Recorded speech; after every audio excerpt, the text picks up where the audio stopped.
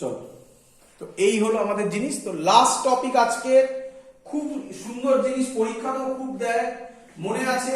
আর এই last topic বললে আমাদের পুরো থিওরি শেষ, ফার্স্ট ল অফ থার্মোডাইনামিক্স। বাকি থাকলো সুন্দর সুন্দর কিছু অঙ্ক। তাহলে এক কাজ করব, আগের দিন তোমরা শুনে রাখো, সবাই যারা ইউটিউবে ভিডিও দেখবে তারাও, সবাই যা পড়িয়েছি থার্মোডাইনামিক্স থেকে সব এক জায়গায় রেডি করবে। First law of thermodynamics, sorry, zeroth law of thermodynamics, এগুলো লিখতে হবে না, ফর্মুলাগুলো এক জায়গায় রেডি করবে। পরের দিন আমি একটা জিস্ট মতো করে বলবো, তারপরে অঙ্ক শুরু করব, একদম সুন্দর হবে জিনিসগুলো। তাহলে তোমরা যদি, আমি যদি কিছু মিস করি তাহলে তোমরা আমাকে কিছু বলবে, আর তোমরা যদি কিছু মিস করো আমি যখন বলবো সেগুলো ফিল ইন দ্য ব্ল্যাঙ্কস করে নেবে। ক্লিয়ার?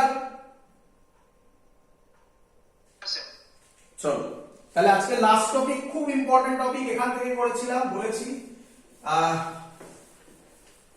মনে পড়ে তোমাদের আইসোথার্মাল প্রসেসের গ্রাফ, রেক্ট্যাঙ্গুলার হাইপারবোলা,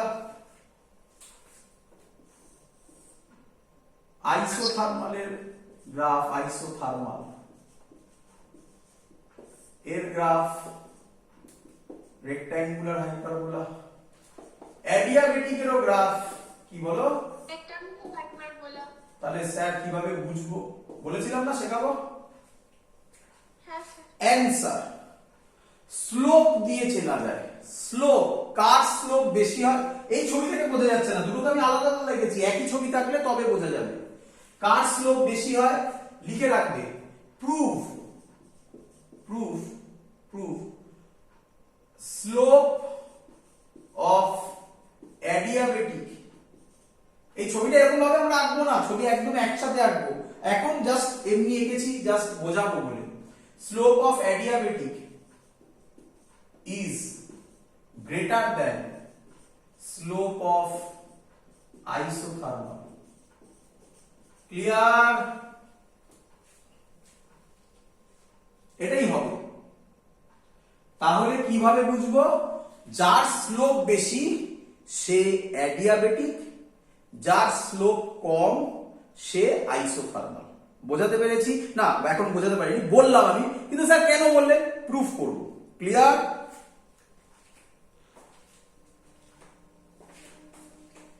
কিরে, চলো ভালো করে আমাকে বলো।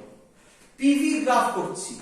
আচ্ছা, পিভি গ্রাফের আইসোথার্মাল করছি প্রথমে, হ্যাঁ, আইসোথার্মাল, এদিকে ওদিকে অ্যাডিয়াবেটিক করব, আইসোথার্মাল। আচ্ছা, আইসোথার্মাল প্রসেসের equation PV is equal to constant. আচ্ছা, আগে এটুকুনি বল, পিভি গ্রাফের স্লোপ, ওরা ছাড়, এসব ছাড়, পিভি ছাড়, বল yx গ্রাফের স্লোপ কি রিপ্রেজেন্ট করে? কাকে yx গ্রাফের স্লোপ বলে?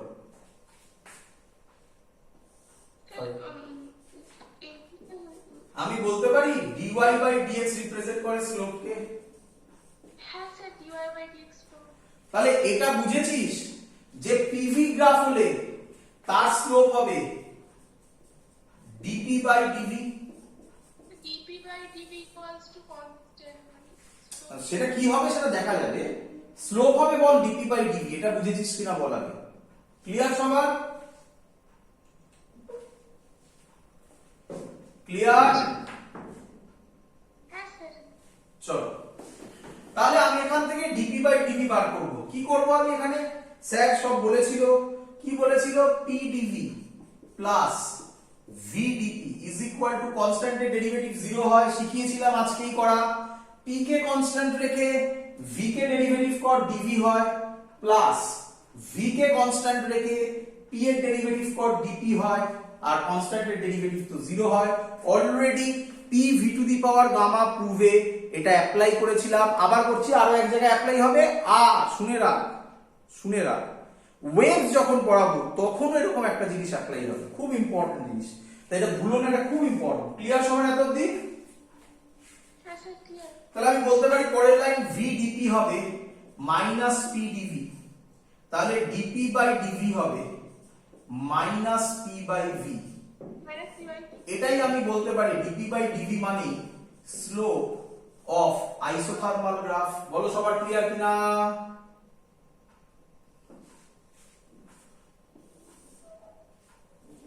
ক্লিয়ার? হ্যাঁ স্যার। এবার আমরা অ্যাডিয়াবেটিক করব। আমি শর্টে অ্যাডিয়া লিখলাম। অ্যাডিয়াবেটিকের প্রসেসের ইকুয়েশন স্যার শিখিয়েছি, p v to the power gamma is equal to constant। Clear?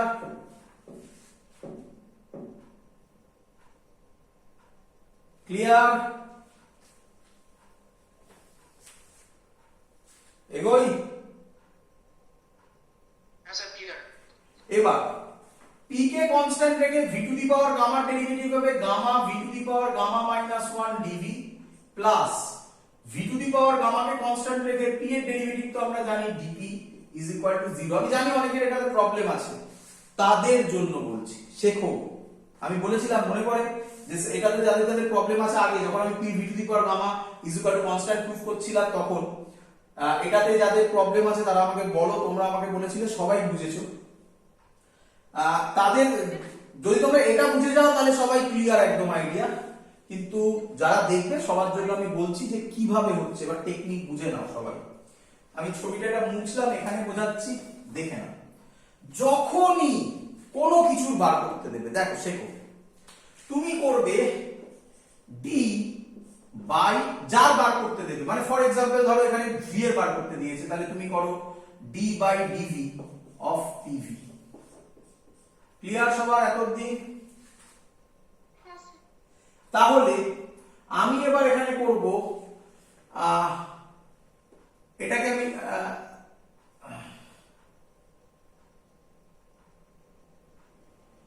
আচ্ছা এটা এরকম ভাবে বুঝো না, এখন একটু প্রবলেম হবে, এইভাবে বুঝো। d dx of x to the power n, বলো ফর্মুলা বলো।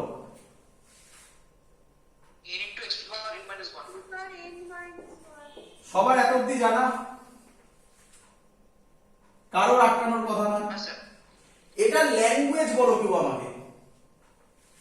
এটাকে বলে derivative of x to the power n with respect two x। ঠিক বললাম? হ্যাঁ স্যার। ভালো করে শোনো, আবার রিপিট করছি, কি বললাম? Derivative of x to the power n with respect two x। যদি উইথ রেসপেক্ট টুটা না থাকে তাকেই বলা হয় পার্শিয়াল ডেরিভেটিভ। ক্লিয়ার? তাহলে আমি এটাকে এরকম বলতে পারি, যদি পার্শিয়াল ডেরিভেটিভ হয় তাহলে তার ল্যাঙ্গুয়েজ এরকম ভাবে বলবো, derivative of x to the power n, হ্যাঁ কি নয়? তাহলে এই dx টা কোথায় মাল্টিপ্লাই হবে? এখানে হবে। বলো বুঝলে কিনা? হ্যাঁ স্যার। এবার তো ক্লিয়ার হয়ে যাওয়ার কথা। বলো p কে কনস্ট্যান্ট রাখলাম, v টু দি পাওয়ার গামার ডেরিভেটিভ উইথ রেসপেক্ট টু তো তুমি জানো না, তাহলে v টু দি পাওয়ার গামার ডেরিভেটিভ হবে a, n এর জায়গায় গামা বসবে, দেখো মেলাও, এটার সাথে মেলাও, x to the power n minus 1, এটা হবে v to the power gamma minus 1, dx হয়েছিল, এটা হয়ে গেল dv। বলো এবার বুঝলে কিনা সবাই? তাহলে একই ভাবে আমাকে বলো হ্যাঁ স্যার। dv অফ v, এখানে বোঝো, এটা দিয়ে বোঝো, কত হবে বলো? 1। হ্যাঁ স্যার। আচ্ছা তাহলে আমাকে বলো এটা ল্যাঙ্গুয়েজ বলো আমাকে।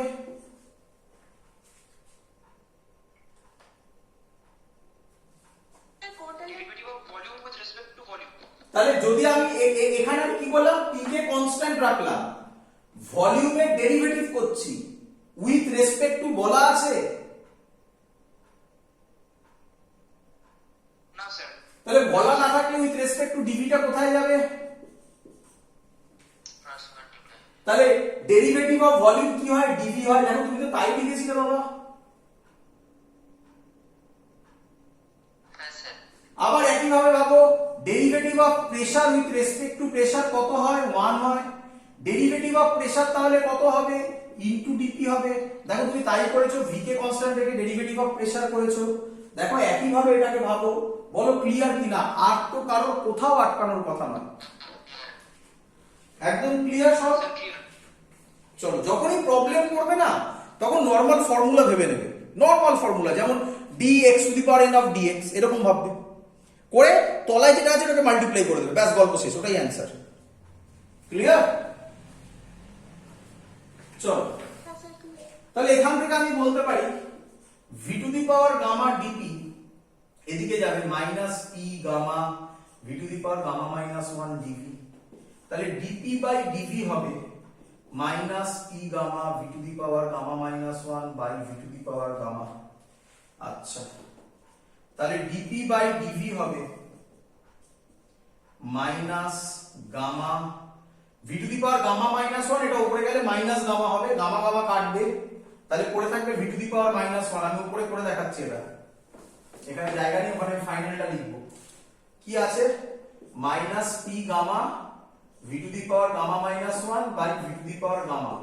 এটাকে লেখা যায় মাইনাস, একটু সাজিয়ে দিচ্ছি, gamma p v to the power gamma minus 1, এটা যদি উপরে যায় মাইনাস গামা, গামা গামা কাটলো v to the power minus 1 করে, তাহলে minus gamma P by V. বলো বুঝলে কিনা সবাই? স্যার এই পাশে লাস্ট লাইনটা বুঝতে পারিনি। এটা মাইনাস গামা কেন? এখনো হয়নি, পুরো লিখিনি, এটা বুঝতে পেরেছো?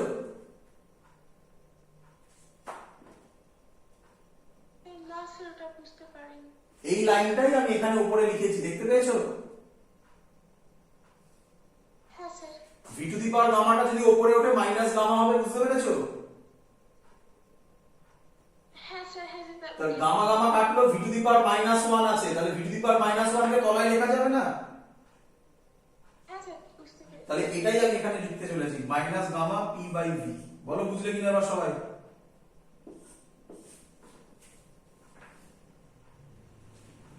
আচ্ছা, আমি বলতে পারি হ্যাঁ স্যার।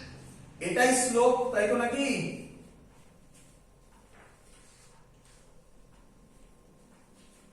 ক্লিয়ার? তাহলে যদি আমি করি, যদি আমি আমাকে বলে, আমি এরকম করি ডিপি বাই ডিভি, কার জন্য? এডিয়ার জন্য। এটা এডিয়া। ডিপি বাই ডিভি কার জন্য? আইসোথার্মালের জন্য। রেশিও করছি দুটো, এটাকে 1 দাও, এটাকে 2 দাও, তাহলে এখানে লিখে দাও 2/1। রেশিও করছি দুটো। বলো এটা কার জন্য? স্লোপ। কার জন্য? আইসো। এটা কার জন্য? স্লোপ। এডিয়া, এডি। চলো যদি করি, তাহলে মাইনাস মাইনাস কাটবে, পি বাই ভি কাটবে, কি পড়ে থাকবে? শুধু গামা। বলো বুঝলে কিনা সবাই?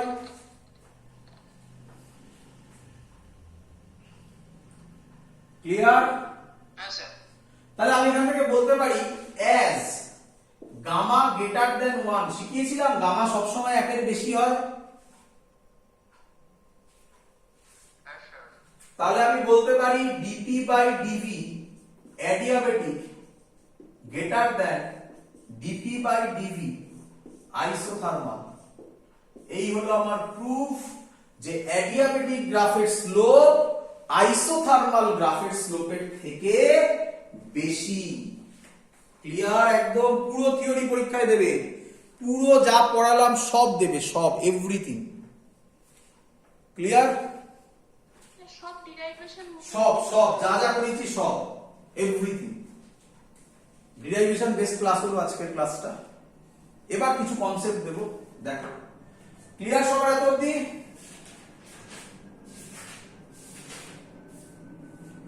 কিরে? হ্যাঁ স্যার। চলো তাহলে মুছে দিলাম। এবার আমি তোমাকে কিছু গ্রাফ দেব, তুমি আমাকে বলবে কোন গ্রাফটা কিসের জন্য। তুমি আমাকে বলবে কোন গ্রাফটা কিসের জন্য। চলো, এই বরাবর পি, এই বরাবর ভি, অনেক ভাবে বোঝানো যায়, একটা একটা করে বোঝাচ্ছি। এটা 1 নম্বর গ্রাফ, এটা 2 নম্বর গ্রাফ। বলো কোন গ্রাফটা কিসের জন্য।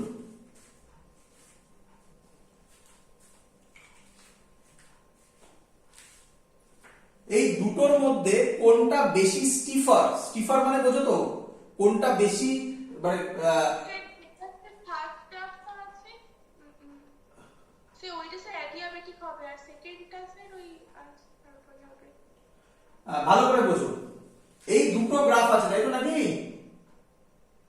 এই দুটো গ্রাফের মধ্যে কোনটা বেশি স্টিফার কিভাবে বোঝার একটা টেকনিক সহজে বলি। প্রথম গ্রাফ হচ্ছে স্টিফার, মানে হচ্ছে এরকম যদি হয় তাহলে ট্রায়াঙ্গেল আঁকো। ট্রায়াঙ্গেল যদি আস্তে আস্তে শুয়ে পড়ে, মানে সবকটা দিয়ে শুয়ে পড়বে, এবার যেটাতে বেশি বড় বড় ট্রায়াঙ্গেল থাকবে, দেখো এটাতে যদি আমি আঁকি এরকম আঁকবো, এটাতে যদি আমি এই পয়েন্টে আঁকি এরকম আঁকবো, বলো কোনটা বেশি স্টিফার? মানে ট্রায়াঙ্গেল যেটা এরকম টাইপের হবে সেটা বেশি স্টিফার, কোনটা স্টিফার? স্যার প্রথমটা। কি করে বলছিস এটা আর এটার মধ্যে? সেকেন্ডটা তো। যাই হোক, আরেকটা উপায় আছে, ছেড়ে দাও, আরেকটা উপায় আছে। আচ্ছা, তুমি এখান থেকে সাইকেল চালিয়ে উপরে উঠছো আর এখান থেকে সাইকেল চালিয়ে উপরে উঠছো, বলো কোনটাতে কষ্ট হবে বেশি?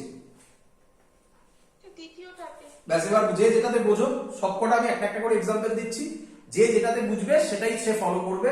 তাহলে অ্যান্সার হচ্ছে 2 নম্বর হচ্ছে বেশি স্টিফার, যেটাতে উঠতে কষ্ট হবে সেটা হচ্ছে বেশি স্টিফার। ক্লিয়ার? হ্যাঁ স্যার।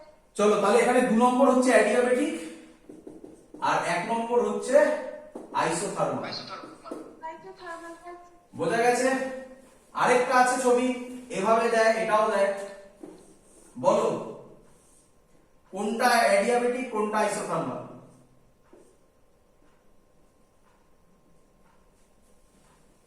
স্যার যেটা স্যার মানে স্যার বেশি স্লো সেটা। ওর বলতে হবে আমাকে, স্লোপটাই তো দেখতে হবে, দেখে চিনতে হবে। 1 নম্বর 2 নম্বর, বলো কোনটা অ্যাডিয়াবেটিক কোনটা আইসোথার্মাল? স্যার 2 নম্বরটা অ্যাডিয়াবেটিক। 2 নম্বরটা অ্যাডিয়াবেটিক, একদম ঠিক বলেছো।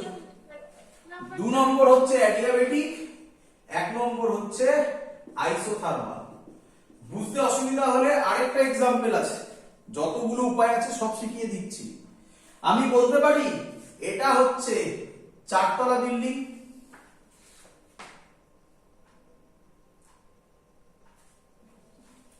আর এই হাইটটা হচ্ছে এখান থেকে 4th ফ্লোর হাইট, ভাবনা।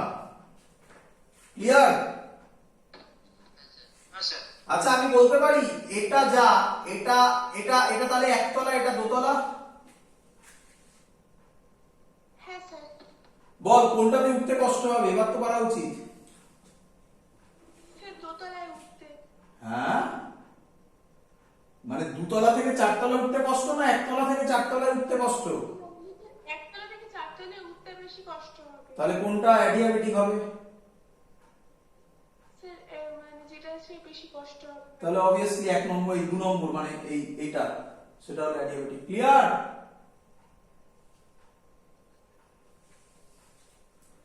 স্যার মানে যেটা বেশি হাইটে থাকবে, যেটা বেশি হাইট হবে সেটা অ্যাডিয়াবেটিক হবে। সেটা তো ওরকম ভাবে বলা যায় না সবসময়, এরকমও দিতে পারে না, এক একটা এক এক রকম দিতে পারে। যেটা স্লোপ পরিষ্কার দেখে বোঝা যাচ্ছে, দেখ এটা স্লোপটা কম আর এটা কতটা বেশি স্লোপ, বেশি। হ্যাঁ স্লোপ দেখে বোঝা যায়, স্লোপ, এই তো স্লোপ, এটা কতটা স্লোপ, এটা অনেক বেশি স্টিফার। খাড়া যাকে বলে, বাংলায় বলে না খাড়া কতটা। একটা রাস্তা থাকে, পাহাড়ি রাস্তায় যখন উঠেছিস কখনো দেখিস না, বলেছিস না বাপরে বাপ এত খাড়া সিঁড়ি, এরকম বলিনি আমরা? হ্যাঁ স্যার। সেম জিনিস দেখে বুঝতে হবে। চলো ক্লিয়ার সবার এত অব্দি? হ্যাঁ স্যার। তো এখান থেকে কিছু ছোট ছোট অঙ্ক আছে, সেগুলো একটু করে নিই আমরা। ছোট ছোট কিছু জিনিস আছে, করে নিই একটু, সহজ জিনিস, এক্ষুনি হয়ে যাবে। আচ্ছা, যদিও আমাদের একটা ছোট ছোট দুটো পোর্শন বাকি, মেন কাজ তো আমি শেষ করে দিয়েছি। পরের দিন করবো, আমি বলে দিচ্ছি আগে থেকেই, পরের দিন করবো আইসো বাড়ি, বেশিক্ষণ লাগবে না, এগুলো 5 মিনিটের জিনিস। আরেকটা হচ্ছে আইসো পরিক, যদি আমার দরকার নেই এখন, আমি তবুও বোঝাতে পারবো। চলো তোমরা আমাকে বলো, এক্ষুনি আঁকলাম, বলো কোনটাতে ওয়ার্ক ডান বেশি, এবি না এসি তে? স্যার এসিতে। কিভাবে বললে? স্লোপটা বেশি বলে ওয়ার্কটা। বাবা এরকম কোনো কথা আমি শিখিয়েছি বল? আইসোথার্ম এই কি বলে থার্মোডাইনামিক্সে স্লোপ বেশি হলে তার ওয়ার্ক ডান বেশি, আমি কখনো বলেছি বল? আমি শিখিয়েছিলাম area under PV graph represent work done, আগের দিন মনে হয় অঙ্কও করিয়েছিলাম, তা থেকে শিখিয়েছিলাম। তাহলে এই গ্রাফের ক্ষেত্রে এরিয়া আন্ডার এবি গ্রাফ যেটা হবে সেটা হবে এই পুরোটা। কিরে, হ্যাঁ স্যার। আর এরিয়া আন্ডার এসি গ্রাফ হবে এইটুকুনি। কার এরিয়া বেশি? ফার্স্ট জার্মানিতে এডি। তার মানে আমি বলতে পারি ডাব্লিউ আইসোথার্মাল, মানে যদি সেম ভলিউমে ব্যাক করে, এটা এখানে যা ভলিউম, এখানে ইনিশিয়াল ভলিউম আর ফাইনাল ভলিউম যদি সেম হয়, হয়তো নাকি নয়তো এটা বলা সম্ভব নয়, কম্পেয়ার করবো কিভাবে? যদি সেম হয়, ডাব্লিউ আইসোথার্মাল সব সময় greater than W adiabatic. Clear? খুব ইম্পর্টেন্ট কোশ্চেন, এটা যেন মাথায় থাকে, এখান থেকে কোশ্চেন দেয়, এই কোশ্চেনটাই দেয়। বোঝা গেছে?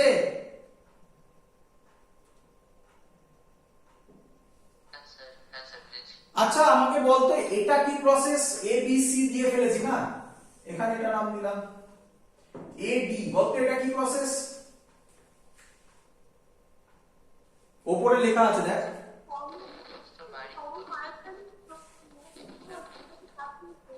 হ্যাঁ,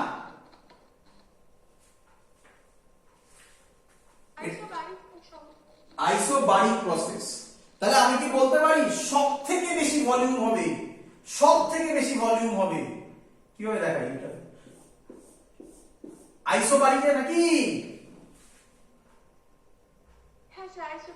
তাহলে অ্যাকচুয়াল হচ্ছে W isobaric greater than W isothermal greater than W adiabatic. আর তোরা জানিস আইসোকোরিক প্রসেস হলে তার ওয়ার্ক ডান কত হয়?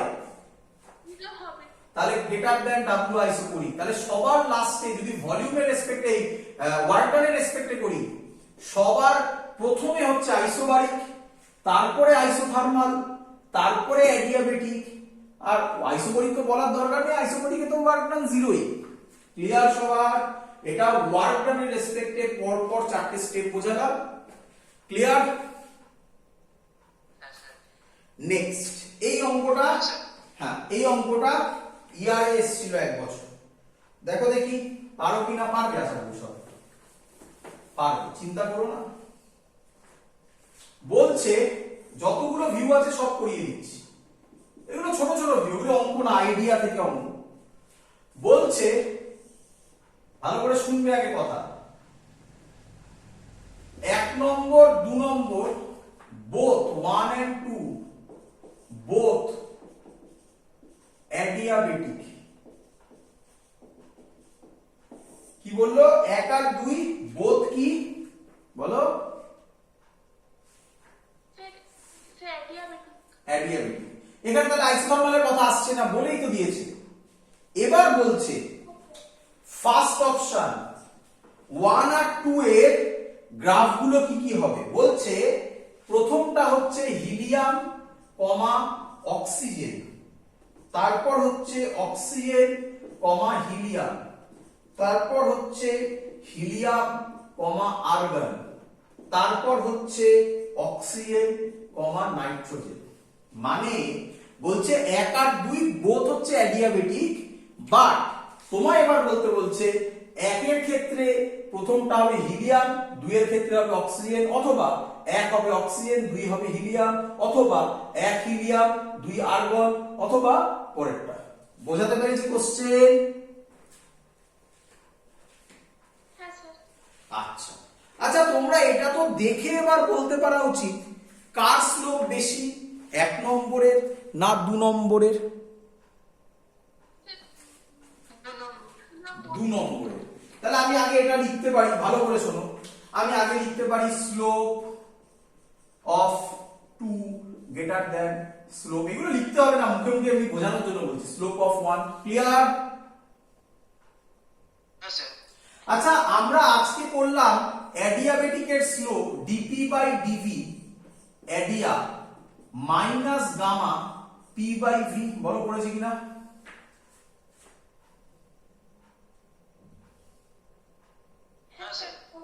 আচ্ছা তাহলে আমি বলতে পারি যার গামা বেশি তার স্লোপ বেশি।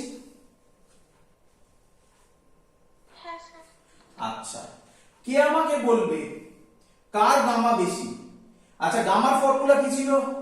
গামার ফর্মুলা ছিল 1 + 2/f। করেছি। সিপি বাই সিপি হয়, বাট সিপি বাই সিপি দিয়ে এখানে করতে পারবো না, কারণ বুঝতেই পারছো মোনো অ্যাটমিক ডায়াটমিকের গল্প আছে। তাহলে sir degree of freedom degrees of freedom 1 + 2/f লিখেছি দেখো। আচ্ছা এটা তো ক্লিয়ার যে যদি দুটোই মোনো অ্যাটমিক হয় তাহলে স্লোপ সেম হতে হবে, হ্যাঁ স্যার। দুটোই ডায়াটমিক হলেও স্লোপ সেম হতে হবে, তাহলে এই অপশন আর এই অপশন তো হতেই পারে না।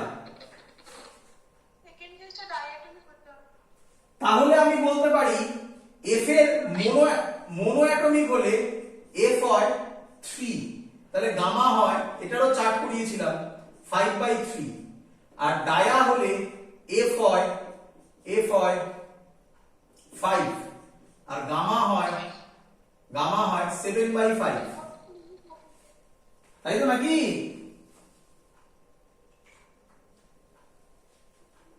কিরে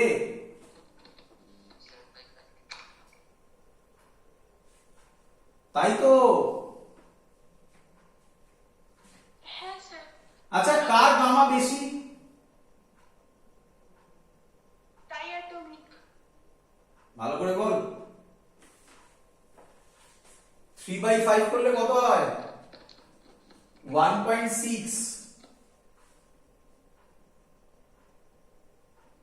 3 একে 3, 2 3 4 ঠিক। আর এটা হলে 1.5, 1.4। কার বেশি? মোনো অ্যাটমিকের বেশি গামা। নয়টপিক তো তাহলে 2 নম্বর কি হবে? মোনো হবে। কিরে বোঝা গেছে? হ্যাঁ স্যার। তাহলে 2 নম্বর মোনো হবে। মোনো কার? মোনো হচ্ছে এটা হবে প্রথমটা মোনো, এটা অ্যানসার। বল বুঝলি না?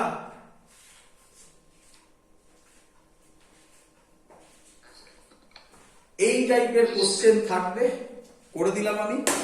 সহজ সহজ কোশ্চেন দেখো, এগুলো তোমাদের বইয়ের পেছনে হটসের আন্ডারে পাবে, বাট শর্ট কোশ্চেনের মধ্যে পাবে।